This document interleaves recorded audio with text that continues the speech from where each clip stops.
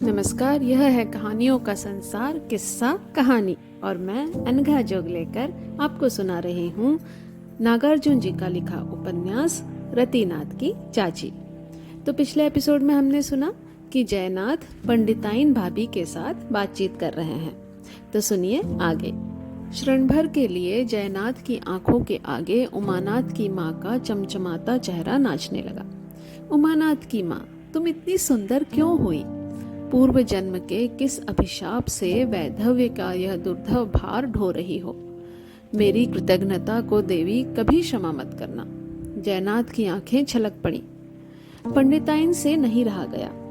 अपनी सफेद धोती के आंचल की खूंट से जयनाथ के आंसू पोंछती हुई कहने लगी, ओह नाहक ही इतना सब मैंने तुम्हें कहा। बच्चे तो तुम हो नहीं, रोते क्यों हो?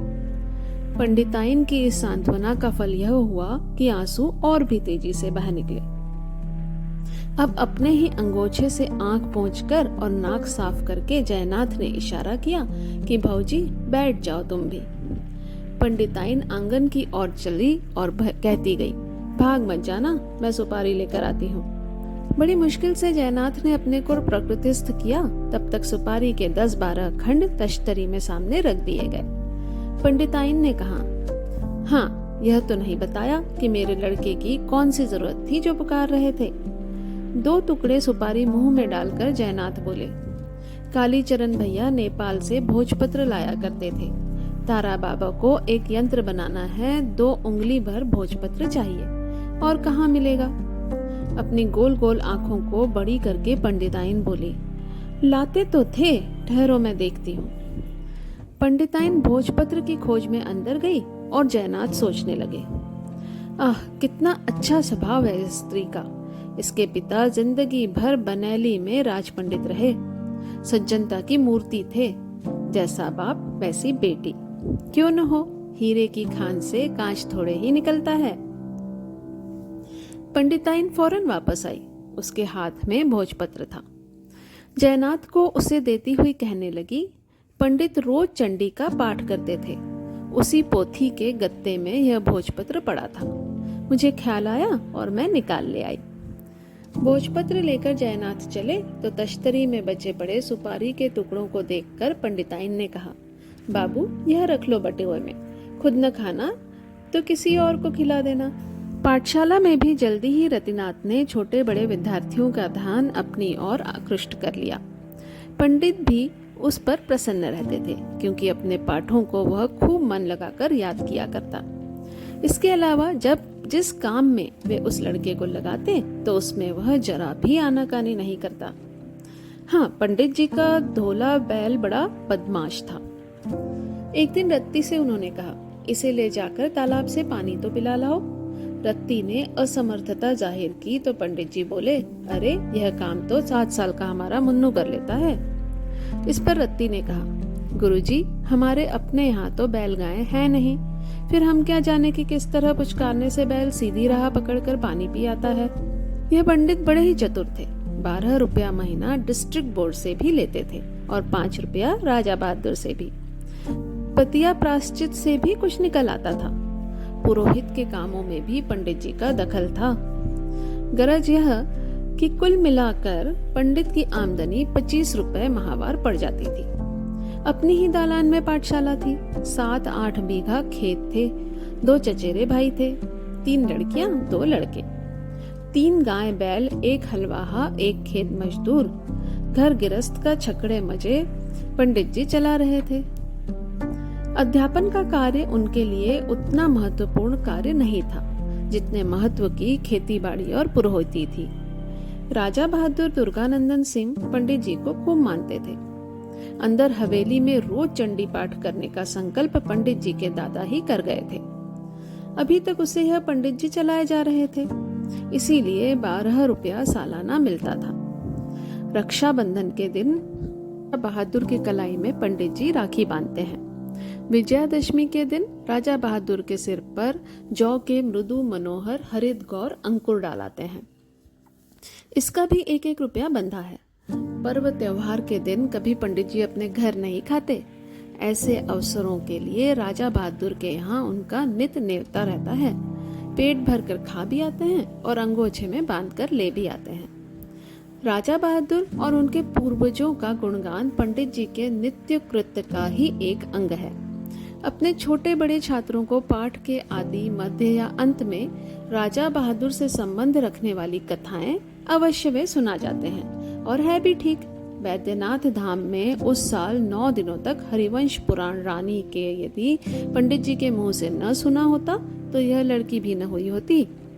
पंडित जी कहा करते, यह मेरा ही दुर्भाग्य है कि राजा बहादुर के यहाँ लड़का नहीं हो रहा है।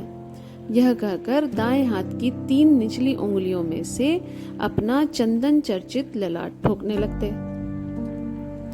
शुभंकरपुर की एक छोटी सी पाठशाला में नियमित रूप से पढ़ने वाले लड़कों की तादाद 13 थी। उसमें से 5 शब्द रूपावली, धातु रूपावली और अमरकोश पढ़ रहे थे। रत्ती पढ़ने में तेज तो था ही, महीना पूरा होते होते अपने साथियों में प्रमुख हो गया। इस पाठशाला का वायुमंडल उसे और भी स्वतंत्र मालूम पड़ता था। प्राइमरी स्कूल में 30-35 लड़के थे। खजूर की छड़ी लेकर बैठे हुए मुंशी जय वल्लभ लाल को कड़ी मूछों वाली वह सूरत रत्ती को बहुत भयावनी लगती थी। वहाँ अनुशासन काफी कड़ा था। घर में क्रोधी पिता के डर से जी भरकर वह कभी मुस्कुरा भी तो नहीं सका। इस पाठशाला का यह शिथिल अनुशासन रतिनाथ की चेतना के लिए कुछ स्फूर्तिप्रद साबित होने लगा। यहाँ पंडित जी लड़कों को परेशान नहीं करते थे। बहुत हुआ तो हल्की उंगलियों से कान उमेड़ दिए, गधा, कुत्ता और बाजी कह दिया, बस। खजूर की उस छड़ी के आगे मीठी सजा का यह संसार रत्ती को रोचक लगा। इसका फल यह हुआ कि उसे मुक्त प्रकृति के साथी मिले, उछल कूद का मौका मिला। अपने पिता से कई दफे उसने कहा, शब्द रूपावली और धातु रूपावली मंगवा दीजिए, अमरकोश की जिल्द बंधवा दीजिए, परंतु जयनाथ ने बराबर झिड़क दिया, अभी यह तो खत्म करो, किताबें आ जाएंगी। जल्दी नहीं बंधी तो क्या हुआ, तुम्हारे हाथ से तेल चूता है क्या? भीतर ही भीतर रत्ती का दिल कचोट और आत्मग्लानि से भर जाता और उसे चाची याद आती। एक दिन बैसाख की कड़ी दोपहरी में वह पाठशाला पहुंचा और लड़के 2-2:30 बजे के करीब आया करते थे। रत्ती भी समय पर ही आता था, मगर आज वह निर्जन दोपहरी में पाठशाला के अंदर घुसा। सरस्वती की एक सुंदर प्रतिमा थी। प्रतिवर्ष वसंत पंचमी के दिन सरस्वती की नई प्रतिमा की स्थापना होती थी और साल भर वह प्रतिमा ज्यों की त्यों वहां रहती थी। दूसरे कोने में एक रत्ती सी अलमारी थी। उसी में पंडित जी अपनी पुस्तकें रखा करते। टूटी होने के कारण वह ऐसी थी कि कोई भी चीज यूं ही अंदर रख या बाहर निकाल सकते थे। लड़कों का जिस दिन खूब खेलने का मन करता, उस दिन वे भी अपनी किताबें अलमारी में डाल देते। सो आज रत्ती ने अपने साथियों को अलमारी के अंदर किताबें डालते देखा था। इधर उधर नजर मारता और पैर बचाता हुआ वह अलमारी के पास पहुंचा। अंदर हाथ डालकर 4-6 किताबें निकाली। 3 नई और अच्छी किताबें उसने छांट ली और पुराने अखबार में लपेटकर उन्हें पाठशाला से जरा दूर एक झाड़ी में छुपा दिया। फिर शंकित चित्त से बार बार झाड़ी की ओर देखता हुआ वह अपने घर चला आया। उस दिन दोबारा रत्ती पाठशाला नहीं गया। अगले दिन सुबह जब पाठशाला पहुंचा तो उसके सभी साथी चोर को गालियां दे रहे थे। रतिनाथ को उन्होंने घेर लिया और ऊपरा ऊपरी कहने लगे, देखो रत्ती, अलमारी के अंदर से किसी ने हमारी किताबें उड़ा ली हैं। हे सरस्वती माता, आपको तो पता होगा। रत्ती का दिल धड़क रहा था। आज तक उसने बाहर चोरी नहीं की थी। अपने घर में समय समय पर तुअन्नी, इकन्नी, चवन्नी और अठन्नी चुराई थी। बाप ने 2-3 दफे पकड़ा भी था और आज रत्ती के इस छोटे से जीवन में यह पहला ही अवसर है कि उसने किसी की कोई चीज चुराई है। रत्ती के अंदर से एक धीमी सी आवाज आई, धिक्कार है, अपने साथियों की किताबें तुम चुरा ले आए। झूठ हुआ 2500 बार और बोला है, मगर आग में तपाए लोहे के लाल गोले की भांति इतना असह्य झूठ रत्ती के कंठ से कभी बाहर नहीं निकला। वह बोला, चोरी नहीं नहीं, चोरी नहीं, किसी ने देखने के लिए उठा ली होंगी। साथी एक साथ चिल्ला उठे, अरे भाई, इन छोटी छोटी किताबों की जरूरत किसको पड़ी होगी? भूत प्रेत तो ले नहीं गए होंगे। अच्छा, परसौनी का जुगल कामती कटोरा चलाना जानता है। जिस साले ने हमारी किताब ली होगी उस पर अगर कटोरा न चलवाया तो यह सुनकर रतिनाथ का चेहरा फक हो गया। उसे लगा कि चोरी का पाप दानव बनकर आज उसको निगल जाएगा। पिता सुनेंगे तो कच्चा खा जाएंगे। हे भगवान, बेचारे की आंखों के सामने अंधेरा छा गया। शौच जाने का बहाना कर वह नजदीक के पोखर की ओर चला गया। उसके मुंह से इतनी सी भी बात नहीं निकल सकी कि साथियों, कटोरा चलवाने की क्या जरूरत है। पाठशाला के सभी लड़कों को सुनाकर यह कह दो, आज शाम तक नहीं तो कल सुबह तक अलमारी के अंदर किताबें वापस ना आई तो हम परसों जाकर चोर पर कटोरा चलवाएंगे।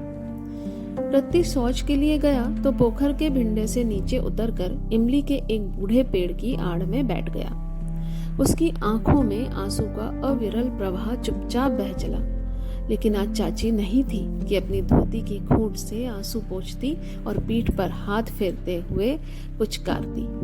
वह सूने मन से बड़ी देर तक रोता रहा। उसने रो रो कर अपनी आंखें लाल कर ली। अंत में वापस लौटा और पोखर में नहाने के घाट पर घुटने भर पानी के अंदर धंसकर उसने हाथ, मुंह, आंख वगैरह धोए। पानी से निकलकर अंगोछे के फटे पुराने कपड़े से चेहरा पोंछा और फिर पाठशाला आ गया। वहां पर अपनी किताब लेकर जब पढ़ने बैठा तो सत्यनारायण ने कहा, तुम्हारी आंखें क्यों लाल हो गई हैं रत्ती? पोखर पर गया था, उड़ते कीड़े पड़ गए थे, बड़ी मुश्किल से निकले, मसलने से आंखें लाल हो गई, रतिनाथ ने जवाब दिया। थोड़ी देर बाद रत्ती घर के लिए चल पड़ा। आज पिताजी नहीं हैं, रसोई करनी पड़ेगी लगता है। तो आज इतना ही। अब देखते हैं रत्ती की चोरी पकड़ी जाती है या नहीं। नमस्कार।